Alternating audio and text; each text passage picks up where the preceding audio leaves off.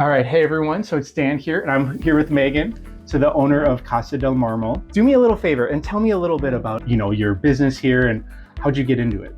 Yeah, so Casa Del Marmol is a local interior design business. I actually have been a marketer, digital marketing, social media marketing specifically for the last decade. So it really wasn't until 2020 that I started to really start pursuing a business in interior design. I've always had an interest in it and always had an innate ability for design. I mean, I grew up, my parents gave me carte blanche in decorating my rooms growing up, and they evolved every couple of years, but I never really saw it as a career path.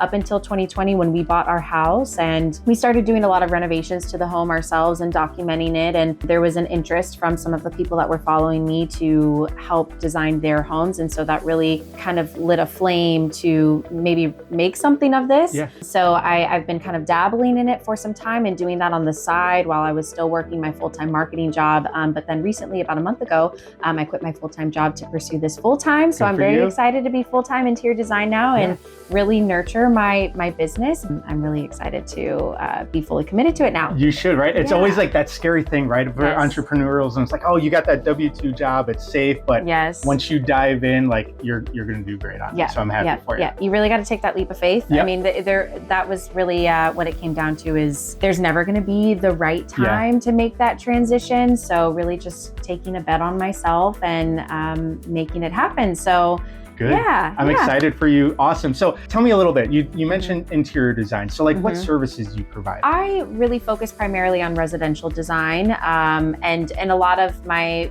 clients and projects are here local in Orlando, but I do also provide virtual services. So I can provide services throughout the state of Florida. I offer three packages, service packages. And so the first one is my signature suite. That's a full service design package. I mean, that's really soup to nuts. I'm providing the concept boards. We're having our discovery call. I'm sourcing the products, purchasing the products, and then coordinating a final installation day. That's me handling everything for the client. They don't have to worry about anything.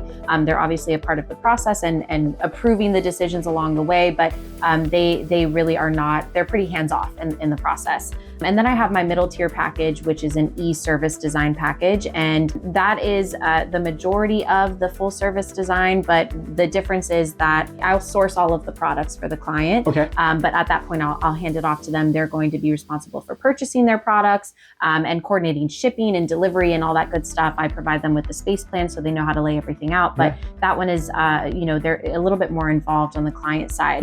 And then I also have a designer for a day package. So that's, somebody who might be building a home or, spending time in a design resource center that is overwhelmed with decisions that need to be made and really just need an expert by them to help make those decisions. That I would be allocating an 8-hour day, essentially an in-person consult to help them finalize decisions for their new home or meeting with a contractor to help articulate their design goals, something like that. Going on a shopping spree, really just, somebody who might have a pretty good idea of what they want, but they really need somebody to come in and kind of tie the bow on it for them and make those final decisions. Very cool. Very cool. And you kind of touched on a little bit, but what are some certain trends that you're seeing? What's very popular right now? I feel like I'm seeing a lot of, and something that I'm being drawn to as well is color drenching or tone on tone. So taking a room and top to bottom, painting it all in the same colors, ceiling, trim, baseboards, walls, everything, but maybe using different sheens. So really just enveloping yourself in that color. I think that's a really fun kind of way to bring some character and dimension to a room without, needing to add a bunch of artwork or wallpaper. There's just, it's kind of a fun take on the power of paint. So I'm seeing a lot of that and a lot of tone on tone too. So just colors that are within the same tone and really layering them, stacking them on the wall and the baseboards. Again, playing with different sheens. So that's something that I would love to maybe do in my house at some point soon as well. I'm also seeing a lot of brown colors, chocolate browns and deep reds coming back, which I think for a long time we've been in the gray, white, neutral era.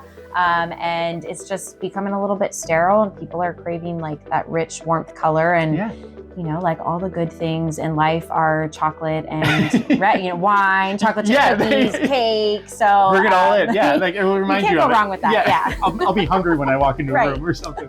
Well, awesome. Well, thank you so much for, you know, providing a little bit more insights. And everyone, what I'm going to do is I'll link her information in the description. Check out my bio. So if you guys ever need anything, please feel free to reach out to her. Yeah.